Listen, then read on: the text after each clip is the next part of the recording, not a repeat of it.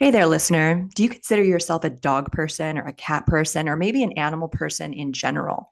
Have you considered the way in which your connection to animals can increase your emotional intelligence and sensitivity to not only other animals, but other people in the world? I have Cassondra Smith, founder and CEO of Club Pawsh, a speaker, coach, and host of the podcast, The Unlimited Groomer. And we are going to explore today the way that your connection to other living beings and other somas is growing with the collective as we step into a new view of the living creatures on this planet. Stay tuned.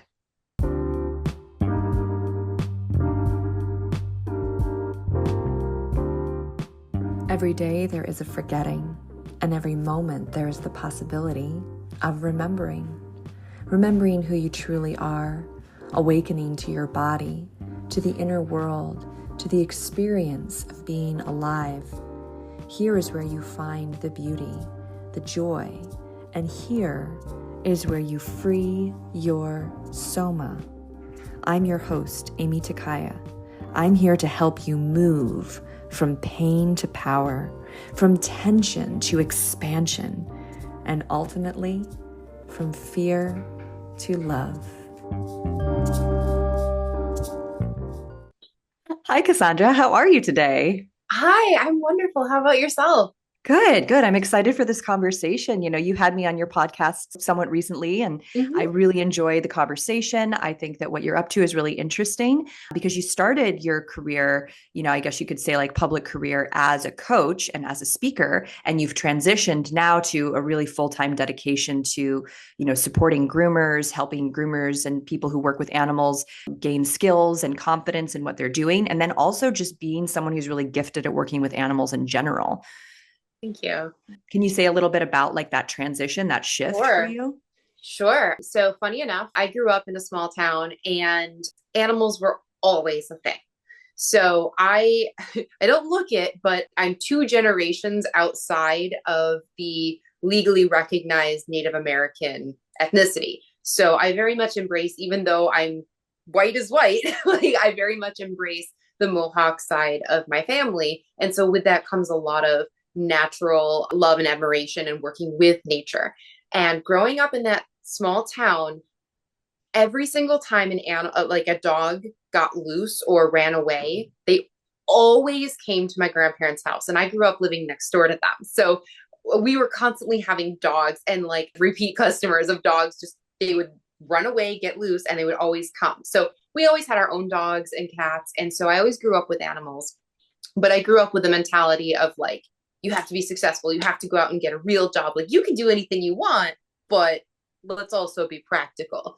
And so I initially went for psychology and then got caught up in the music industry. Actually have a bachelor's in music business management. Moved to the West Coast. Long story short, a little dog was picked up and put in my car at 1 in the morning in Hollywood. And he just changed my life. And I pivoted towards, I was just stuck in a cubicle and I got my dream job and I was like, I'm so unfulfilled. I need to see results. I never thought of myself as a creative person, but I was like, I need something.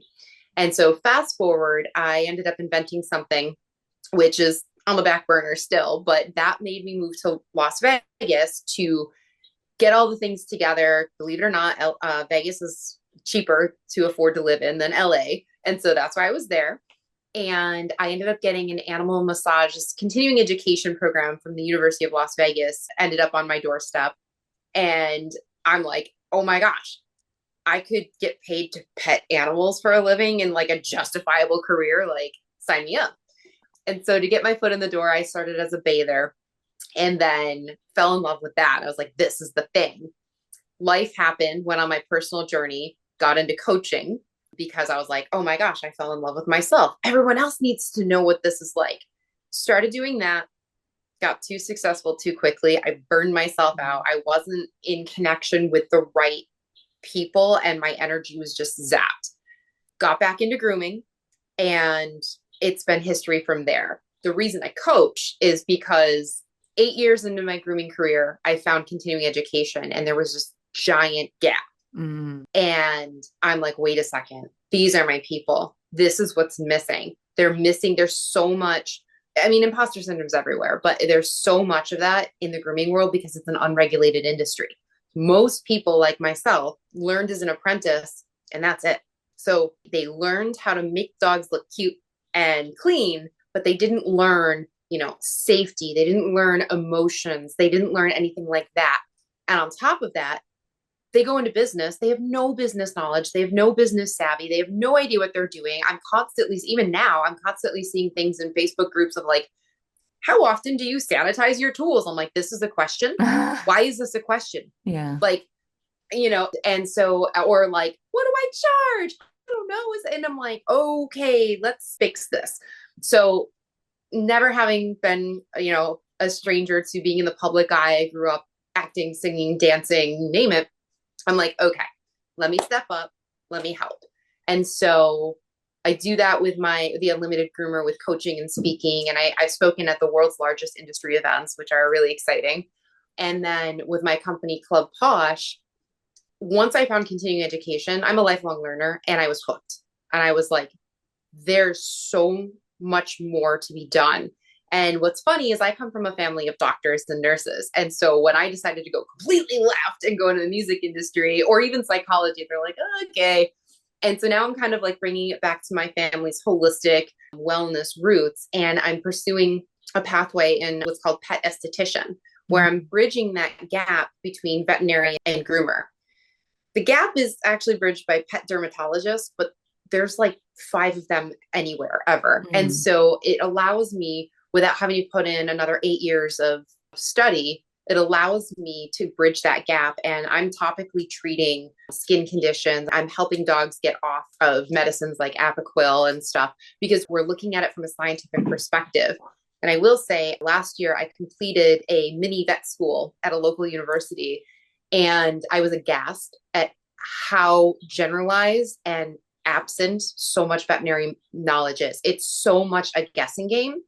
And which I get. And there's a reason for that, just because like you were saying earlier, how far we've come to recognize pets as the companions they are and not the animals or the creatures or the things. And so there's a gap in the education because the need has not historically been there. And so when you're looking at these astronomical vet bills, because now people are saying, I want to find out, I want blood work. I want to find out, like, how am I going to treat this? This is my fur baby. Vets are going, we don't really have that knowledge. And it's a lot of educated guesses, but we can figure it out, I guess. Although it's going to cost you blah, blah, blah, blah. And clients are going, I can't afford that. So there's a giant, giant need there. And so to be able to bring my combined knowledge, I've had conversations with so many vets and I'm explaining them on the scientific level. And of course they look at me like, oh, you're a groomer. We're just automatically going to write you off, whatever. And then I start talking to them about the science of the hair and skin. And they're like, you have my attention. Oh, well, that makes a lot of sense. And in like 5 minutes, I can change their life. And so that's a really important thing for me because there are fur babies. So anyway, that's my whole roundabout where I am now. No, that's incredible. I love this story. And also that it's like you're sort of modeling this idea that I think a lot of people who have been in the coaching world, there's sort of different schools of thought, like pick your niche. And then there's also like, no, you can be everything that you are and everything that you want to be under the umbrella of whatever it is you want to do. And I think that you're like showing us that that's possible. Like, yes, you have a niche, you've picked groomer, but you're bringing in all of the skills from your previous experiences, right? Including like the emotional intelligence piece, which I think, maybe you can say something on this. What I notice in the way that people are starting to really respect and honor their animals, like, not every person, but I would say the collective consciousness about animal welfare, especially in regards to domesticated animals and our pets, has increased. Like you said, people are starting to have higher standards for their pets' well-being and health, and not just like, oh, guess the 7-year-old dog is sick and we got to put her down. Like, no, they're like, no, this animal should be able to live another 10 or 15 years. You know what I mean? Depending on the breed and the size and all of that. Sure. So, what do you think about the way that our connection, and you can speak from experience on this too, like what is the connection that we have to these domesticated animals that brings out some of our better human qualities? Oh my gosh, so much. So if we go back to our human roots, the first domesticated pets were dogs and cats, and they were wild, but there was a symbiotic relationship, right? The cats came around because when we colonized, and all of a sudden there were stores of food instead of being nomadic. And so that brought rodents. And so cats came along to eat that. So we're like, okay, you serve a purpose. Cool, thanks. And then we got familiarized and then became more and more domesticated. Same thing with dogs. And we realized, oh, we can train these. So we can have this conversation going on. And one of my biggest things outside of the pet, as just my twofold platform, is fear-free. So I am on the speakers bureau for the Fear-Free Pets organization. And that is my number one passion because they are sentient beings. We recognize this centuries ago, millennia ago, back in ancient times. There's a wonderful book actually by a local Buffalo author. Oh, Beneath the Sand. I found it in an airport and I started reading it. I'm like, oh my gosh, this woman's from Buffalo. This is awesome. But it's about like back in like Greco-Roman times, and it's about the gladiator arenas with the animals. And it's basically talking about, if we look back historically, how did Roman empires have bears and tigers and all these gigantic things that could kill you in an instant with primitive, they didn't have guns, they didn't have tasers. Like, how did they get them?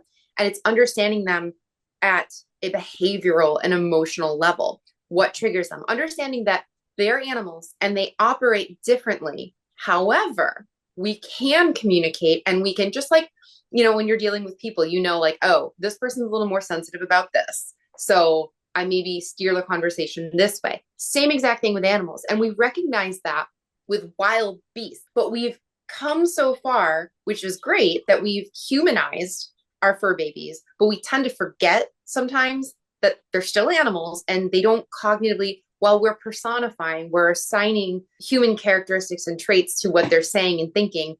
Often they're probably actually stressed, but you think they're being cute. And so there is a bit of a miscommunication in this gap. But what is wonderful about that, and even in my lifetime, so I'm going to be 40 in a couple months, and I look back to my golden retriever, America's family dog. Grew up with him. Samson spent literally his entire life outside. I grew up outside of Buffalo, and back then, before all this climate change, it was regularly deeply in the negatives in the winter. And this golden retriever spent his entire life outside in a dog house. Like, I haven't even seen a dog house in like 20 years. Like, I don't even know if they make them anymore. But he had a dog house. He had his line outside. And I remember pleading with my mom. But this was normal. Like, for all of you, like, now I would be in jail. But like, back then, this was normal. And I remember pleading with my mom in snowstorms, like, please, let's bring Sam inside. And like, I remember twice she allowed him to come inside the back porch. And the back porch wasn't even insulated, but it was like better than the blankets out in the doghouse. That would be a crime these days. And so I'm so proud of how far we've come. And there's so much more to go. And it's just like in everything in life, the pendulum swings, right? Like, we recognized how to communicate with them then, respecting the boundaries. And now we've swung over here where we're communicating to them to the point that they have strollers and they get manicures with nail polish and all this fun stuff, which I love to do as well. And that was needed to get them to where they need, because also we have to remember all of the breeds of dogs and cats well, not so much cats, but dogs specifically, we created them. Yes. We said, okay, you've become a companion. I want a lap dog. I want a hunting dog. I want a protector.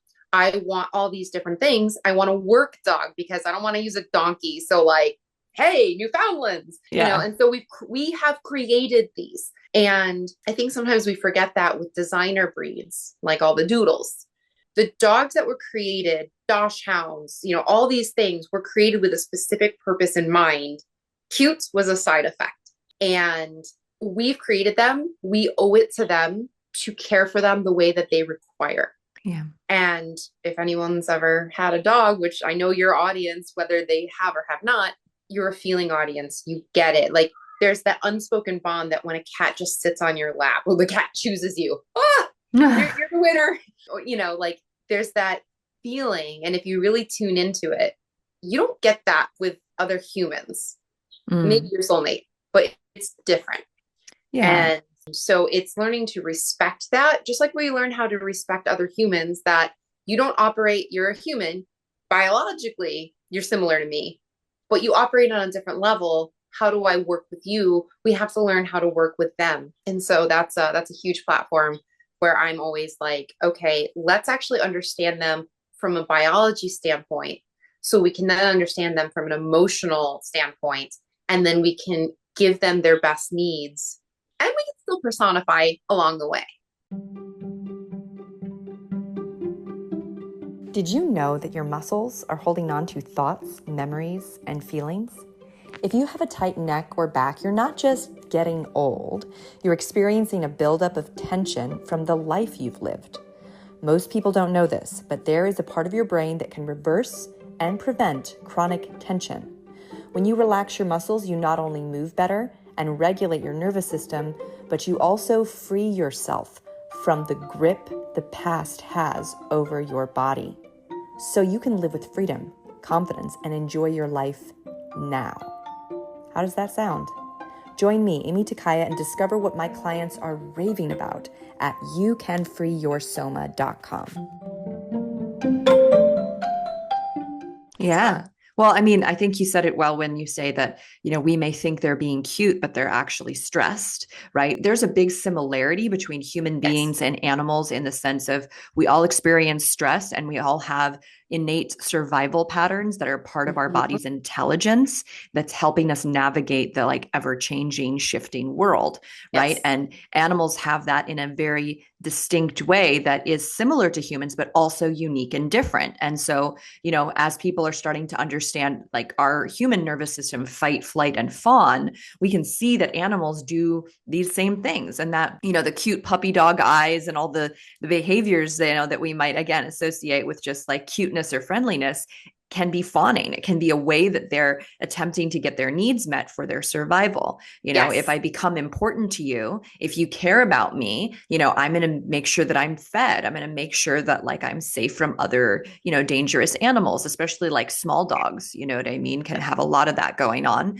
where their survival literally depends on our, our human kindness and our perceptivity, like our willingness to perceive them, in their communication, which, as you said, I mean, it's nonverbal. It's more of a somatic communication. I like what you said about, can we create a connection where they are free from fear and at ease more? And then when we do that, when we create that container of safety, and instead of treating them like an object, treat them with sensitivity, right? It makes it a lot easier to work with them. You've worked with some very difficult animals at different times, right? Can you say a little bit, like maybe for listeners who have had, experiences with animals that made them afraid or hesitant because like, oh, I got bit by a dog once, right? And then you're kind of coming back into that relationship of like it becoming something that both of you feel safe about again, right? Like, because animals go through that. Animals get abused just as people get bitten by dogs. What can you say about like rebuilding that trust? Yes. So it's a good one. Just like in relationships. Okay. So you get burned speaking of, here's one of my littles coming up. Here's my little lap dog. So if somebody breaks your trust, cheat on you, they lie to you, whatever it is, not every human's going to do that, but we all have our own healing time. Right. And so some people heal faster than others. Some people have a larger open hearts, and some people are understandably, closed off to keep themselves safe. Well, animals are the same thing. So not just as every human is not the same, not every animal is the same. And I mentioned this to clients, if they get like a new rescue, we have no idea what they've gone through. We have no idea what their triggers are. And just as you would try to come, like if you decide to open your heart to a new relationship, you come with an open heart, right? You have your hopes and you have your expectations and you certainly have your reservations, but you want to come as neutral as possible. So if any of you meditate or have breath work practices, that will absolutely all help when you're working with animals. More so than humans, they are much more energetic beings because that is how they've learned to express themselves in the world. Like you said, with survival and everything down to the widening of their eyes or how tight their lips are, if they're panting, and it's situational awareness. So one of the beautiful things that one of the other speakers in Fear Free talked about, it was a bite prevention. And he was talking about having met somebody on a street with their dog. And the person was like, oh, you can pet my dog. And he's like, I'm okay, thank you. And they're like, what, you don't want to pet my dog? And he was reading the dog's language. So while the owner felt, my dog's friendly, everybody loves my dog, he's looking at the dog's body language, watching the ears go back, watching the mouth go back, fidgeting a little bit. That dog's uncomfortable. Now, we don't have to understand why. We just want to read the cues. Mm-hmm. So one of the biggest things in Fear Free is FAS, fear, anxiety, stress. And it's reading the levels. So it goes on a scale from 0 to 5. And you can actually become a Fear Free certified pet parent. Like, it's not just for pet professionals. If you just want to understand your fur baby or understand other fur babies in general, this is huge because it helps you to read. You don't have to go and get a degree in animal behavior. It helps you to read their body language, which is so key for everybody's safety. So again, a neutral slate, but then just being able to identify. And one of the things that we talked about earlier in what we think they're being cute, they're actually not. It can be this, just like with humans, it's not always the same. And what I mean by this is you have to use situational awareness with the foundations of what you already know. And of course, it's an animal, so play safe. You don't know this animal's history. You don't know where they came from, or maybe they just got scolded 5 minutes ago. And dogs, it takes about 3 to 4 days for cortisol, the stress hormone. It takes about 3 to 4 days for that to exit their body system. We hold on to it and it bundles up, and then we need somatic practices because we can hold on to it for years. Dogs will typically release it, but it takes about 3 to 4 days. So if they've had an exciting event or they just ran around or whatnot, they're probably still going to be a little hyper. And because they're energetic beings, we talk about dogs with their sixth sense. They can pick up on that. It's the pheromones is what it is. They're sensing your pheromones. And when we are afraid, there is a different type of pheromone that we release. We can't smell it. They can. And that's what they're sensing. So when you calm your breath and you take a look and like, okay, ears are back. They're fidgety. They're panting. They might have just come from a run, but they also might be like, not okay with this situation. I'm picking up some weird vibes. Right. And then the animal's individual history would play a part in this. Like, some animals who are, the kind of animals that become therapy dogs, maybe they had an early experience with a person who had a lot of those fear pheromones, but that person was very kind to them or was very gentle with them. Right. And so they learned to associate those stress, the smell of those pheromones with like someone that I want to bring comfort to, someone that I want to connect with, whereas some other dog may have had some stressed out owner who was beating them or doing something cruel or neglecting them, and so now there's an association with those fear pheromones that this is a dangerous person that I need to be afraid of, so I can see how even within, the context that you're talking about, there's a lot of individual, as you said, situational, circumstantial things that can color an individual dog's perception and behaviors and even personality, I would think. Oh, sure. My little dog, Bo, I got him when he was 5 months old. He was the one that was handed to me through my car window. And for most of his life, terrified of men, just was what it was. My significant other, my soulmate, is the first that he actually kissed. Like, he's the first that he was like, okay, he like proactively goes and curls up with him. So I don't know what he was handed to me through my car window. Like, I don't know what happened to him. And something that people don't realize is dogs go through multiple fear stages. So basically what that means is they have their little growth spurts and all of a sudden the world is new again. And when they're in this window period, it's usually anywhere from a few weeks to about a month long, typically around 3 weeks. Things like furniture, they might not have noticed before. And all of a sudden it's in their face, and so it's like imprinting all over again. And so there might have been multiple things that happened with Bo in those short 5 months. And then I was living in LA, living the LA life and out and about. So like I didn't necessarily give him the best upbringing either in terms of routine. So that kind of set the foundation for a bunch of different ways. And so when we look at rescues or animals we don't know or anything like that, like usually when we get them, we don't get them straight from the breeder at 4 weeks old. Like we usually don't, that doesn't happen. So we have no idea. And just like with humans, all we can do is work with what we've got. And we're constantly learning, constantly evolving. And the more that we can pay attention to even the little flinch that they make or the shudder, when I work with dogs on the table and cats too, I'm sensing their body. I'm getting a feel for them so that they can feel my energy and I can feel theirs. And I offer what's called grooming rehab. So I do a puppy intro package and I do a grooming rehab. And sadly, I have quite a lot of clients in grooming rehab. And basically that's for dogs who have extreme stresses and extreme reactions to certain aspects of the grooming process where it makes me not be able to complete them because I won't force them through it. We're only going to compound trauma. And a big one is nails, right? And it's getting to work with them to feel just, you can kind of feel that nerve impulse just before they actually jerk their paw away. And it's learning to identify that and positive reward before that happens. Because once they jerk away, if you reward them, you're rewarding the behavior you don't want. Exactly. And so when you're becoming familiar, when you're building a relationship with what, if you've just rescued or just adopted or whatever the case is, or just meeting somebody's dog at a party, just getting accustomed to really tuning in, and anybody can do this, just tuning in and feeling them, feeling their breathing, and you'll just zero in on it. And you can feel those like tiny little quivers and tensions and everything like that. And real quick before I forget, one of the things that you brought up earlier, misunderstanding how they're reacting in the grooming world on the table. Because we love the adorable looks, we've put so much emphasis on making them cute. At what cost? And so many photos, you flip through Instagram, you see these gorgeous cuts and you see the dogs like, and we've accustomed to saying like, oh, that dog's really happy, excited, because we often see that face when they've been running around, the wide eyes, the wide mouth, or often you'll see dogs on the table and they're shaking if you see videos and people are like, oh, the dog's just cold. And people are like, oh, okay.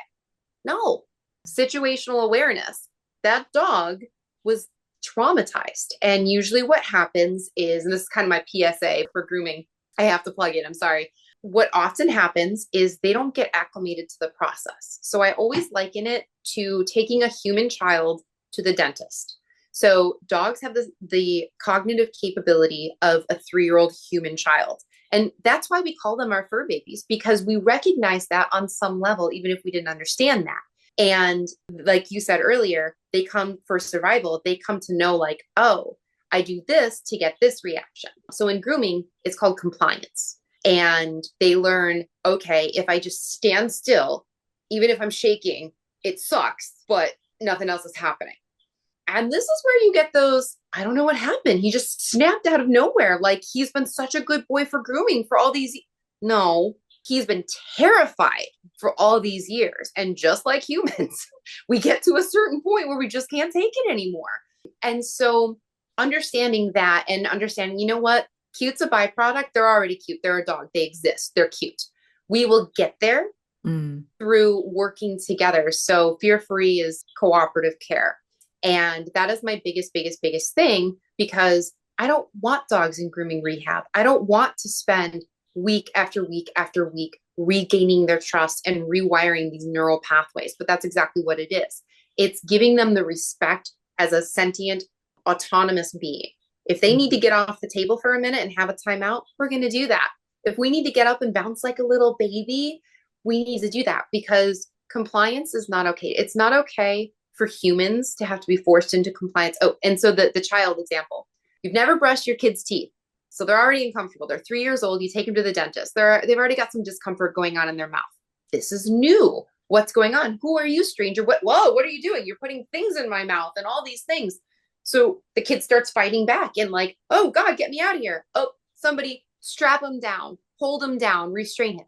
That kid is going to grow up terrified, lifelong therapy, and probably have the most awful rotting teeth in pain because they're terrified to go to the dentist. That is exactly what happens in the grooming process. We don't acclimate them to it. They're scared. They don't know what's happening. And, oh, I only have an hour and a half to get you done. So you got to go through it. Before I found Peer Free, I used to tell people jokingly, I wrestled baby alligators for a living because I would literally be wrestling with them on the grooming table trying to get it done. And the whole time I'm like, I'm sorry. I know you hate this. I know, I'm sorry. I just got to get this done. And because the grooming world working with animals tends to bring emotionally oriented humans predominantly, there's that resignation to stand up for yourself. Because I work with dogs because I don't like people. I don't like confrontation. There's a huge drive towards that. But then we forget, well, we still have to deal with humans. Yeah. And we have to stand up and say, no, I'm not going to put the dog through that. No, we're going to, and no is a complete sentence that just as humans in general, we tend to forget and add to the whole unregulated aspect of the industry. There's no uniformity of like, I can say no and let me educate, because while there's a lot of groomers who have the education, they don't talk about it. They don't have the conversations with the humans. And so it creates this horrible cycle. And because so many of us have fur babies and grooming is a necessary part of it, whether it's you get their nails done every month and that's it, or they go through the full haircut or all of that, you have to learn how to understand them better. And if we're going to personify them, if we're going to treat them like the fur babies we are, there's some kind of a disconnect that goes like, I'm going to treat you in the fun fur baby aspects. But when it comes to the other necessary things like vet bills or grooming, well, it's just a dog. Right. Shiz No, I understand. I mean, what's coming up for me, which I didn't expect to come up, is like my cat. I have been feeling like there's a few different things that happen that I accidentally, without realizing it, like created trauma for her. So like, first of all, it was that we moved houses like within a short amount of time, like 3 times. And one of the places that we were living was like up like 5,000 feet in elevation, so like we went up the mountain, and she was suddenly in this totally different environment. And then she ended up on an airplane flying across, and like a little bit drugged to go on the airplane to come to Buffalo with my husband. And then she was in a brand new house, like all of that. And then last year, she got fleas. She got out of the house one time and got fleas and was miserable. It took me a minute to catch it. They were like pretty bad when I finally realized what was going on. And then the fleas were all over the house. And I had to give her multiple flea baths. And when I look back on it, like, even in having, your share on the podcast today, I'm like, dang, I could have done that a lot more sensitively. I could have been, I was just trying to get it done. And I had like a 5-year-old kid who was excited that we were giving the cat a bath and was making all kinds of noise and, probably obviously terrifying her beyond like the water all over her, which cats hate. Right. Yeah. So what I'm dealing with now, like when I think about it, is she has like a hesitancy and a fear in her eyes when she's around me that she didn't have before. And it makes me really sad because, like I said, I wish that I could go back in time and like be more conscious and more aware in that process. Right. But I'm human. We make mistakes. And like, 100%. It was not in my awareness at that moment. It was just like this thing I needed to get done because there's lots of things to get done in life. And one of them is get rid of these fleas like as soon as possible. Sure. And we all do it. Like moving is huge for cats. Like cats are not okay with change. And I did that to my poor tiger Lily. I moved cross country with her in my car twice. Yeah. So I didn't know that either. And, now I see it all the time with one of our cats, Belle. Anybody comes to the home, she's gone for the day. Delivery drivers, anything, she's gone.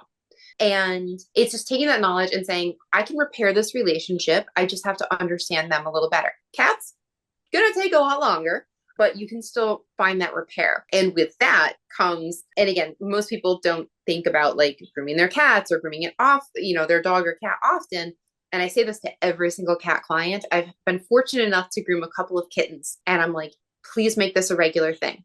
Because what happens is if they're not exposed to it until something is needed, the flea bath, or what I often see, I've got this 12-year-old cat that's matted and they just can't take care of themselves anymore. Yeah. That's 12 years of life lived. And now we're going to introduce something new that they biologically don't love. And cats, especially, they can go from 0 to 60, and 60 being a life-threatening emergency with stress like that. Mm-hmm. And, I joke around, I use a lot of puns. I use all puns in my brand voice. It's so true. When grooming cats, it is 100% by permission only. I tell everybody, if they get in there and in 20 minutes, I've clipped one nail, they start panting, they start drooling, they start yowling, we're done. And we're happy that we got one nail done. Hooray. We'll try it again another day, because the reality is it can get pushed and they can have myocardia.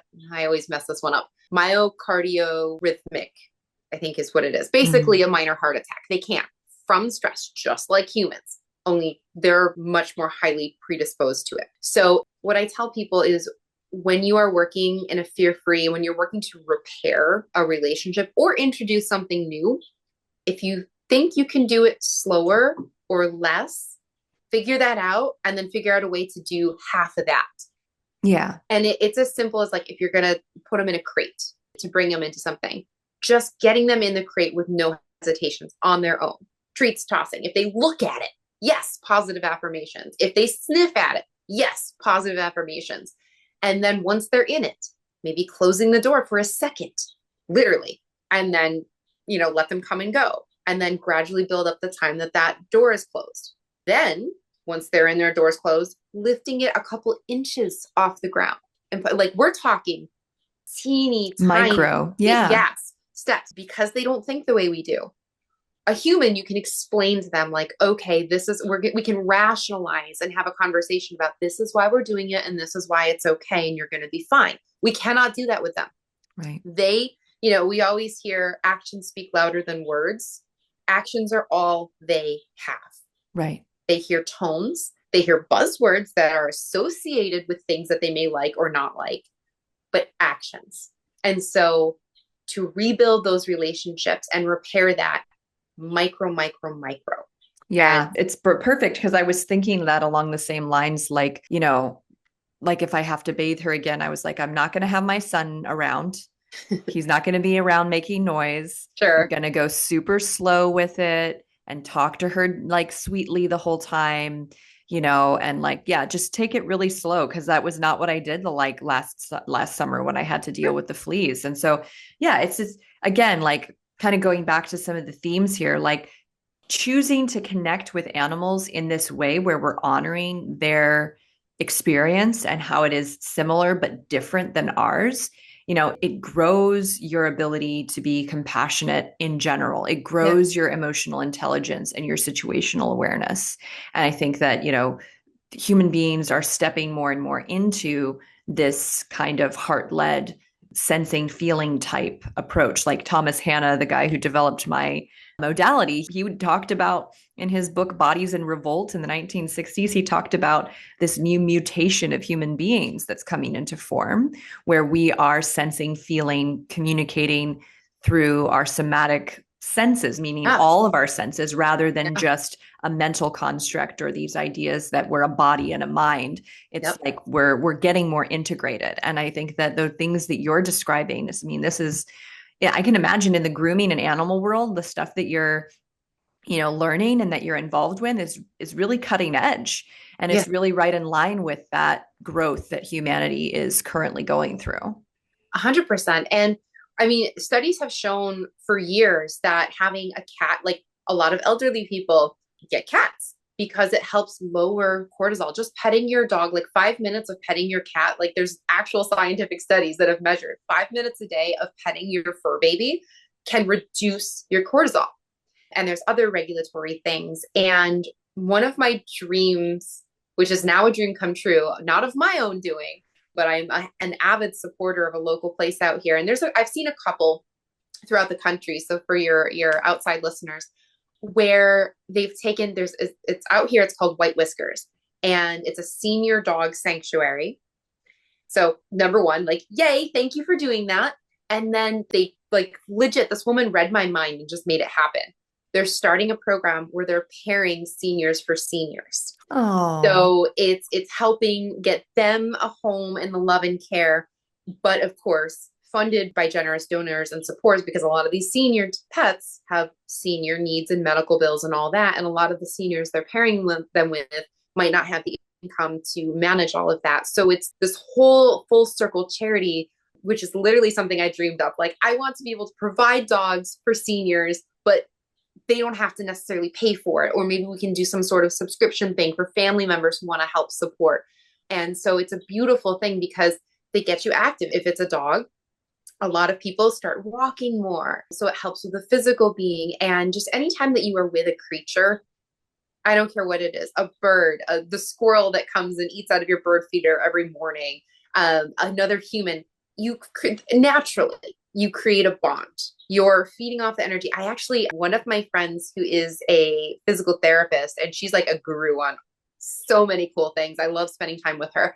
She told me that because our DNA changes, our biological structure changes as we live, your DNA is more identical or more similar to your spouses than your parents. Because as we grow up and the more time that we spend with them, we drink the same water, we usually eat the same meals, we breathe the same air, we tend to get on the same sleep schedules. Right. So we're more, and this is where, like women who live together, sorority houses and stuff, their menstruation cycles tend to sync. It's that soma, right, that is communicating and bonding on an energetic level between. And, I laugh when you see like owners tend to look like their dogs and stuff. Like there is a thing that is happening. And totally. You're creating this bond. So the more that we've moved them from the outside world into our homes, into our hearts, the more that we are creating this bond, whether we realize it or not. And so that's why when I found Fear Free, I'm like, this makes sense. And so many groomers are like, I don't know if I want to spend the investment or spend the time.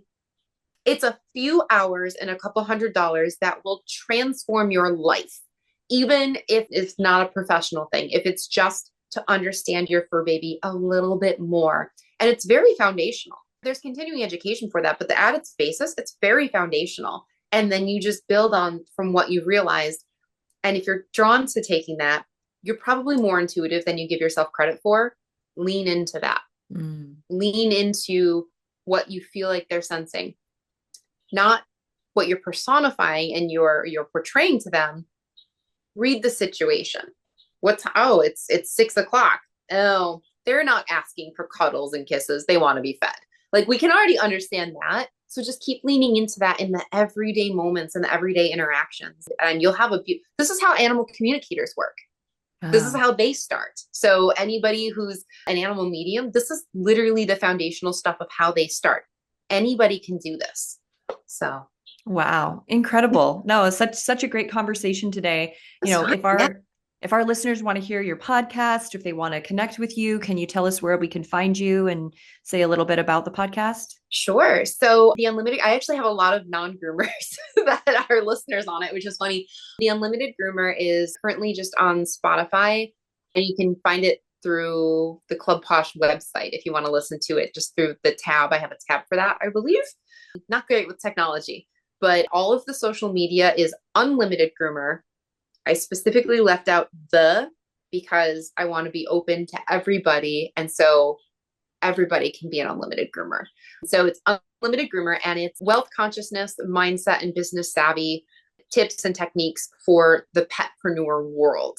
I have a lot of pet parents that listen, some trainers and stuff. And this year I've done things a little different where I've incorporated other people such as yourself that are not in the grooming industry, but that we can all benefit from, especially if we're working with animals. So there's a little bit of something for everybody in that. And there's a lot of personal development peppered in. And then Club Pawsh, everything is just at Club Pawsh or clubpawsh.com. And that's PAWSH. And I educate a lot with that through video and posts. So what's amazing to me is people actually do take the time to read my novel captions and like, I actually like, oh yeah, that's so interesting. I learned this from you, because Club Pawsh was built on 5 pillars: high cutie, honesty, integrity, quality, transparency, and education.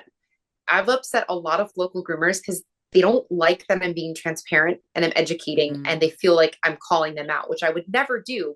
But if the shoe fits, I mean, here's your invitation to do things better.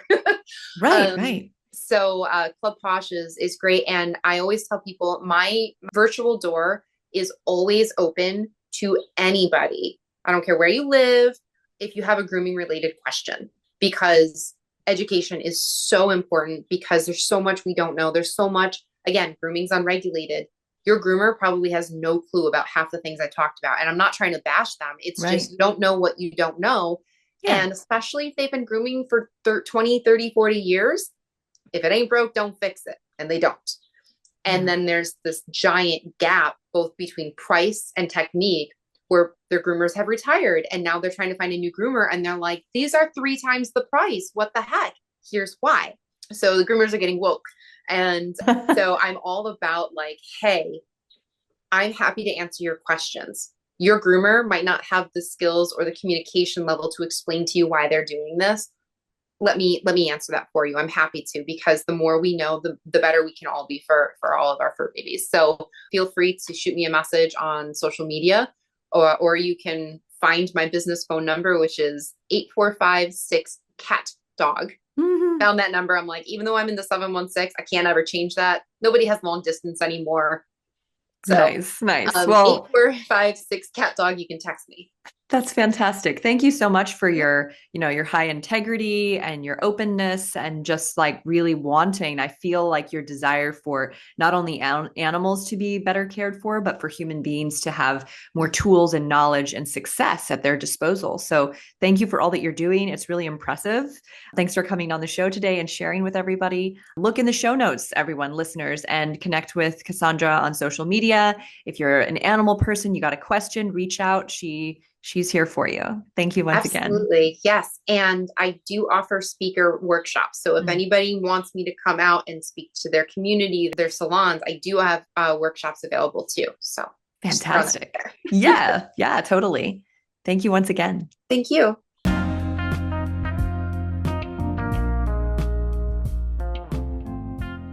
Hey there, friend. I hope you enjoyed today's episode. I would love to hear your thoughts. Follow me on Instagram at Aimee Takaya and send me a DM about this episode. I'd like to thank you for being part of this somatic revolution. And if you'd like to support the podcast and help more people learn about somatics, consider leaving a review or a rating. And finally, if you'd like to have the experience of relief in your tight hips or back and learn to understand what your body is really saying to you, visit youcanfreeyoursoma.com. I can't wait to share with you what is truly possible. Bye for now.